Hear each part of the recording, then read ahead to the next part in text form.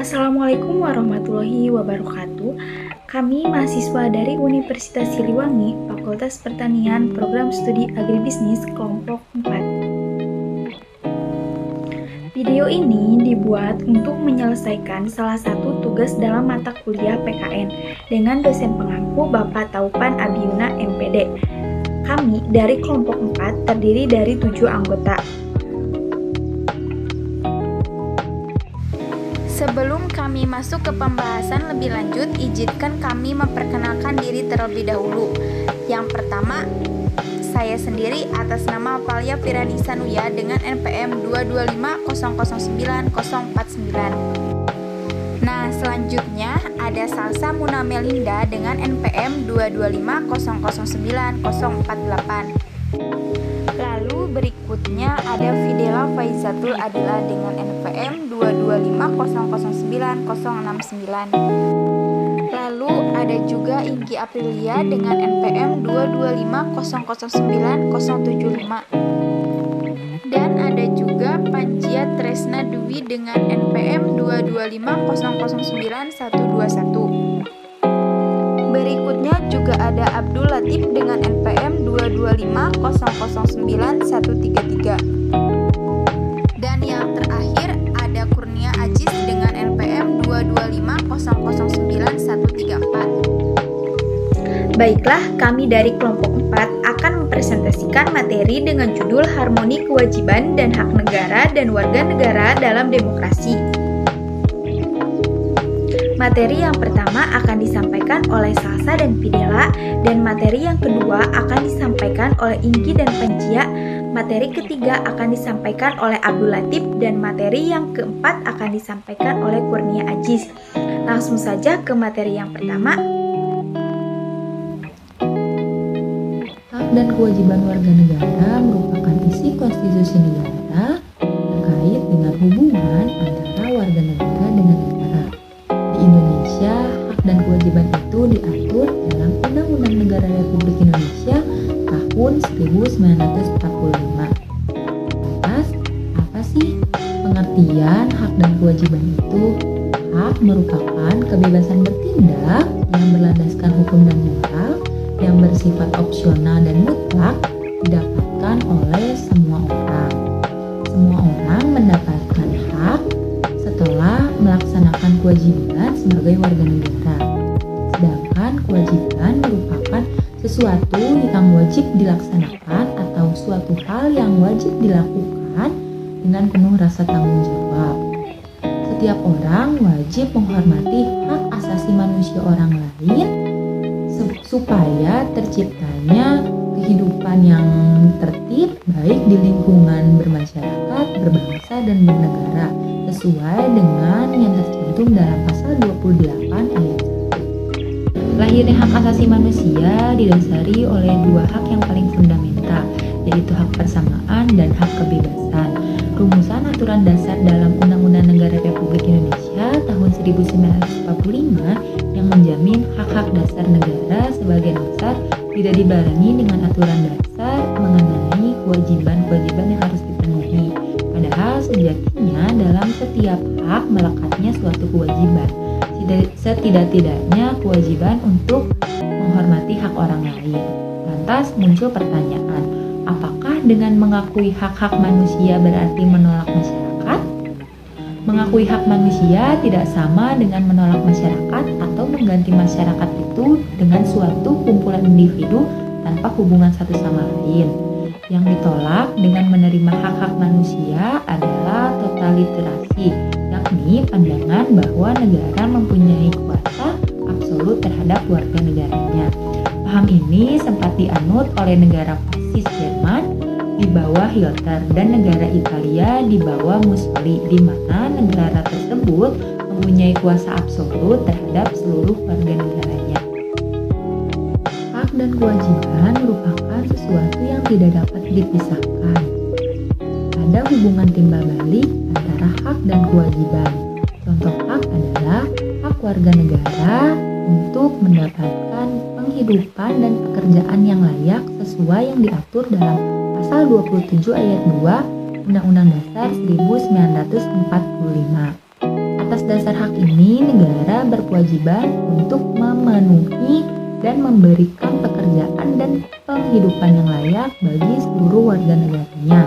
Guna merealisasikan kewajiban negara, negara mengeluarkan berbagai kebijakan dan peraturan yang mengikat warga negara dan menjadi kewajiban warga negara untuk memenuhinya. Salah satu contoh kewajiban warga negara yang terpenting saat ini adalah kewajiban untuk membayar pajak sesuai yang tercantum dalam pasal 23A Undang-Undang Dasar 1945. Hal ini dikarenakan saat ini pajak merupakan sumber penerimaan negara terbesar dalam membiayai pembangunan dan pengeluaran negara. Tanpa adanya sumber pendapatan dari pajak yang besar, maka pembiayaan pengeluaran negara akan terhambat. Dengan masuknya pendapatan pajak dari warga negara, maka pemerintah juga akan mampu memenuhi hak warga negara, yakni hak mendapatkan penghidupan dan pekerjaan yang layak. Baik, di sini saya akan menjelaskan mengapa diperlukan harmonisasi antara hak dan kewajiban negara dan warga negara dalam konsep demokrasi. Hak dan kewajiban memiliki hubungan yang sangat erat dan saling berkaitan, sehingga keduanya tidak dapat dipisahkan. Keduanya memiliki hubungan timbal balik, di mana seseorang yang menjalankan kewajiban, di situ terdapat hak orang lain. Begitu pula sebaliknya, hak tanpa kewajiban tidak pantas disebut sebagai hak. Oleh karena itu, hak dan kewajiban harus dilakukan secara seimbang dan harus dilakukan secara harmonisasi agar terciptanya negara yang sejahtera, harmonis, rukun, dan berkesinambungan antara kepentingan rakyat untuk memperoleh hak-haknya dan kewajibannya oleh negara. Oleh karena itu, diperlukannya adanya undang-undang untuk mengatur hak dan kewajiban untuk meminimalisir terjadinya konflik. Karena jika hak dan kewajiban tersebut tidak dilakukan secara seimbang, maka negara tersebut akan terjadinya banyak konflik atau bahkan kekacauan yang terjadi dalam negara tersebut. Sejak zaman kerajaan di Nusantara, mereka lebih mengenal konsep kewajiban dibandingkan hak, karena mereka terlalu patuh terhadap penguasanya atau bahkan rajanya, sehingga hak mereka menjadi terhambat. Dan dalam keadaan yang sama pada masa penjajahan, di mana horizon kehidupan politik daerah penjajahan mendorong aspek kewajiban sebagai postulat ide dalam praksis kehidupan ekonomi, politik, dan sosial budaya. Hal tersebut membuat pemikiran rakyat lebih mementingkan kewajibannya dibandingkan hak mereka dalam memperoleh haknya. Pergerakan budaya mengikuti dinamika dinamika sosial politik, di mana pada saat hegemoni kaum kolonial dipertanyakan keabsahannya, sehingga terjadinya perlawanan oleh mereka yang merasa ditindas atas hak-haknya yang telah direbut. Sehingga sejak itu mereka lebih mengedepankan hak dibandingkan kewajibannya. Lalu saat ini malah banyak terjadinya orang yang lebih mementingkan atau lebih mengedepankan haknya, yaitu menuntut hak-haknya untuk dipenuhi. Dan ketika diperlukan kewajiban, mereka merasa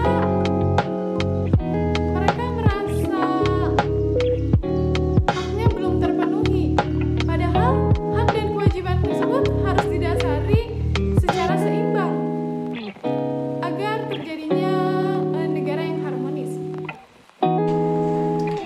Sumber historis, sosiologis, politik tentang harmoni kewajiban dan hak negara dan warga negara Indonesia. Yang pertama ada sumber historis. sumber historis menegakkan hak asasi manusia yang terjadi di dunia barat atau Eropa. John Locke, filsuf asal Inggris pada abad ke-17, yang pertama kali merumuskan hak alamiah yang melekat pada diri manusia. Ditandai dengan adanya 3 peristiwa penting di dunia barat.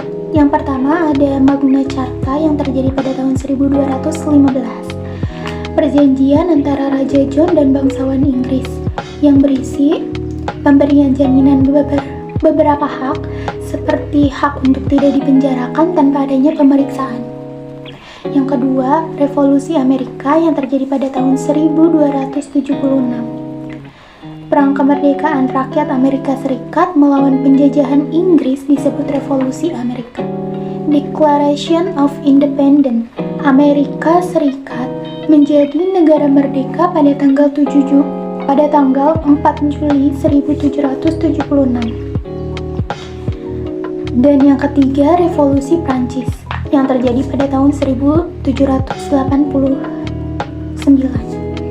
Bentuk perlawanan rakyat Prancis kepada rajanya sendiri yaitu Louis XVI yang telah bertindak sewenang-wenang dan absolut memuat 3 hal yaitu hak atas kebebasan, kebebasan untuk berbicara, kebebasan untuk beragama, kebebasan dari kemelaratan, dan kebebasan dari ketakutan. Kedua, hak atas kesamaan, dan yang terakhir hak atas persaudaraan. Di sini saya akan melanjutkan pemaparan teman saya. Di sini saya akan memaparkan nomor selanjutnya, yaitu nomor 2, sumber sosiologis. Sumber sosiologis. Akhir-akhir ini maraknya perubahan budaya sosial negara kita yang dulunya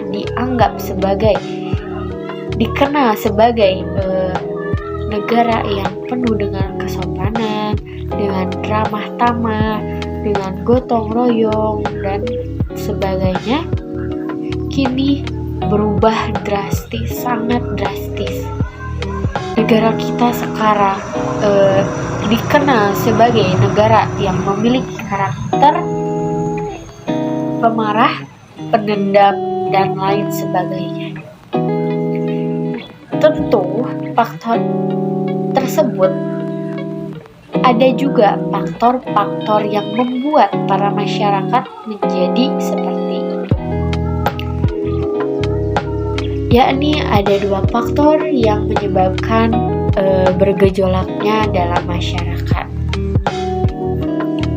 Yakni tumbangnya struktur kekuasaan, di mana struktur kekuasaan atau otraksi yang dimainkan rezim Orde Baru ternyata bukan demokrasi yang kita peroleh, melainkan oligarki, di mana kekuasaan terpusat pada kelompok kecil elit. Sementara sebagian besar rakyat tetap jauh dari sumber-sumber kekuasaan atau wewenang, uang, hukum, informasi, pendidikan, dan sebagainya. Faktor yang kedua, yakni munculnya kejadian sosial budaya terselubung. Gejala ini muncul dan semakin menjadi-jadi pasca runtuhnya rezim Orde Baru. Ketika rezim Orde Baru berhasil dilengsarkan, pola konflik di Indonesia ternyata bukan dikarenakan adanya fanatik Orde Baru dengan pendukung reformasi, tetapi justru meluas.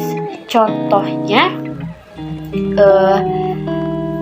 konflik antar sesama masyarakat kecil sebagai umat beragama, konflik antara kelas sosial, kampung, dan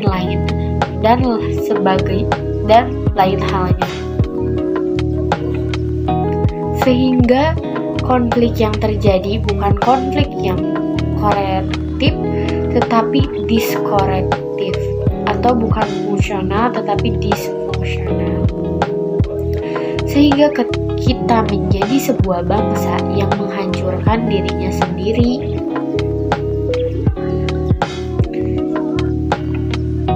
Dan bahwasannya Indonesia mencita-citakan reformasi untuk membangun Indonesia baru harus dilakukan dengan cara perombakan terhadap keseluruhan tata letak kehidupan masa lalu. Inti dari cita-cita tersebut adalah sebuah masyarakat sipil demokratis yang mampu mengharmonikan kewajiban dan hakikat negara dan warga negara. Etis negara persatuan dari bangsa multikultur seperti Indonesia hanya bisa bertahan lebih kokoh jika berdiri di atas landasan pengelolaan pemerintah yang sanggup menjamin keseimbangan antara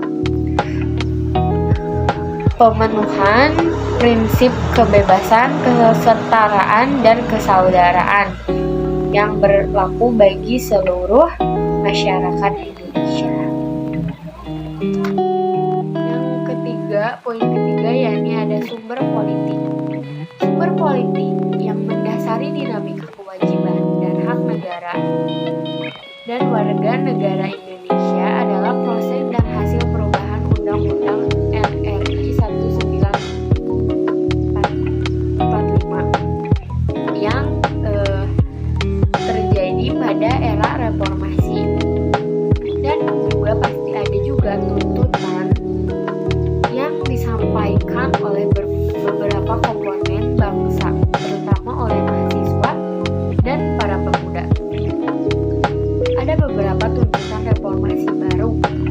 Yang pertama adalah mengamandemen Undang-Undang NRI 1945, menghapus doktrin duifungsi Angkatan Bersenjata Republik Indonesia. Terus ada menegakkan supremasi hukum, menghormati hak asasi manusia, serta pemberantasan korupsi dan nepotisme. Seperti itu. Tuntutan tersebut ada karena adanya pandangan bahwa Undang-Undang NRI 1945 itu belum cukup memuat landasan bagi kehidupan yang demokratis, pemberdayaan rakyat, dan penghormatan HAM. Di samping itu, dalam tubuh Undang-Undang NRI 1945 terdapat pasal-pasal yang menimbulkan penafsiran beragam atau lebih dari satu tafsiran dan membuka peluang bagi penyelenggaraan negara yang otoriter, sentralistik, tertutup, berpotensi tumbuhnya praktik korupsi, kolusi, dan nepotisme KKN ya. Penyelenggaraan negara yang demikian itulah yang menyebabkan timbulnya kemerosotan kehidupan nasional.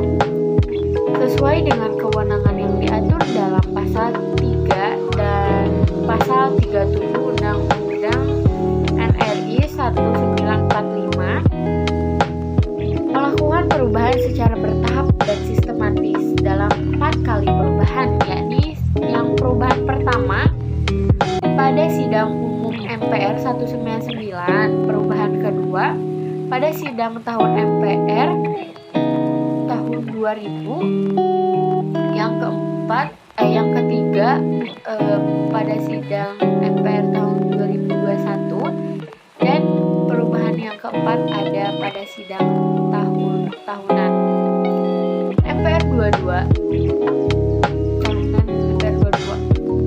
Dari keempat kali perubahan tersebut dihasilkan beberapa aturan dasar yang baru, termasuk ihwal hak dan kewajiban asasi manusia yang diatur diatur dalam pasal 28A sampai dengan 28C. Oke, sekarang akan melanjutkan materi yang sebelumnya. Kita mendeskripsikan esensi dan urgensi harmoni dan hak negara dan warga negara. Apa itu esensi dan urgensi harmoni? Nah, ini meliputi kebutuhan akan agama, pendidikan dan kebudayaan, perekonomian nasional, serta pertahanan dan keamanan. Yang pertama ada agama. Kepercayaan bangsa kita kepada Tuhan Yang Maha Esa telah ada sejak zaman prasejarah. Sebelum datangnya pengaruh agama-agama besar ke tanah air kita, karena itu rakyat kita menganut berbagai agama berdasarkan kitab suci yang dianutnya. Yang kedua ada pendidikan kebudayaan.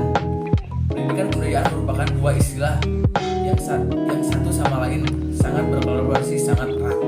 Pendidikan adalah salah satu bentuk upaya budaya melalui proses pendidikan. Kebudayaan saja ditransformasikan dalam generasi tua dari generasi tua ke generasi muda, melainkan dikembangkan sehingga mencapai derajat tinggi berupa peradaban. Yang ketiga ada perekonomian rakyat dan kesejahteraan rakyat. Sesuai semangat pasal 33 ayat 1 Undang-Undang Dasar Negara Republik Indonesia tahun 1945, asas perekonomian nasional adalah kekeluargaan. Kekeluargaan merupakan asas yang dianut oleh masyarakat Indonesia dalam berbagai aspek kehidupan, yang salah satunya kegiatan perekonomian nasional. Sistem ekonomi kerakyatan adalah sistem ekonomi nasional yang berasal dari kekeluargaan, berkedaulatan rakyat, bermoral Pancasila, dan menunjukkan pemihakan sungguh-sungguhnya pada ekonomi rakyat. Yang terakhir ada pertahanan dan keamanan. Berdasarkan aturan IWAL, pertahanan keamanan negara pasal 30 ayat 2 Undang-Undang Dasar Negara Republik Indonesia tahun 1945 bahwa usaha pertahanan dan keamanan negara dilaksanakan melalui sistem pertahanan dan keamanan rakyat semesta oleh TNI dan Polri sebagai komponen utama dan rakyat sebagai menjelaskan pembangunan urban tentang dinamika dan tantangan harmoni kewajiban dan hak negara dan warga negara. Nah, di sini ada 4 aturan. Yang satu aturan dasar IWAL pendidikan dan kebudayaan serta ilmu pengetahuan teknologi. Yang kedua aturan dasar IWAL perekonomian nasional dan penyelesaian sosial. Yang ketiga aturan dasar IWAL usaha pertahanan dan keamanan negara. Yang keempat aturan dasar IWAL hak dan kewajiban asasi manusia. Mengenai hak warga negara di bidang pendidikan semula diatur dalam pasal 31 ayat 1 UUD tahun 45. Setelah perubahan UUD tahun 45, ketentuannya tetap diatur dalam pasal 31 ayat 1 namun dengan perubahan. Nah, ini adalah naskah yang asli. Pasal 31 yang belum diubah. Tiap-tiap warga negara berhak mendapatkan pengajaran. Setelah diubah berbunyi, setiap warga negara berhak mendapatkan pendidikan. Perhatikan kedua rumusan tersebut.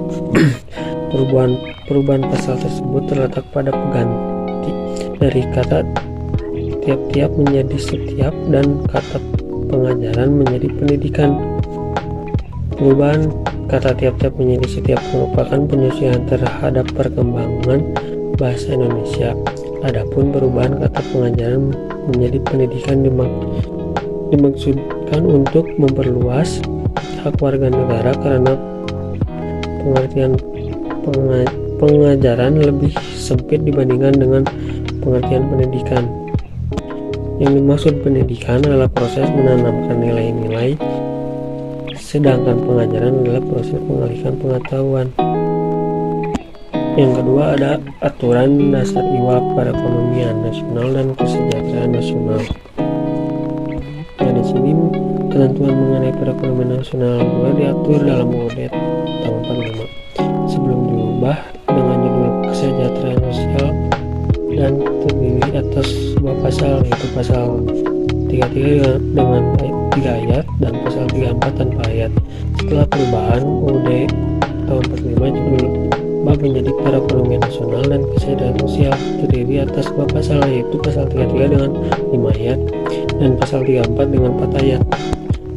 Salah satu perubahan penting pasal 33 terutama dimaksudkan untuk melengkapi aturan yang tahun 45 sebagai berikut. Ada pasal 33 ayat 1 menegaskan asal kekeluargaan.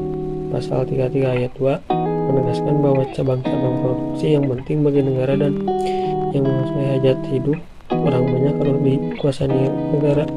Dan yang lahir, pasal 33 ayat 3 menegaskan bahwa bumi dan air dan kekayaan alam yang terkandung di dalamnya harus dikuasai negara.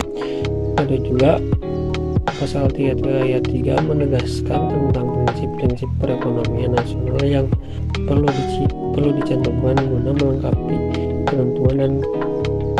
ketentuan dalam pasal 33 ayat 1, 2, dan 3.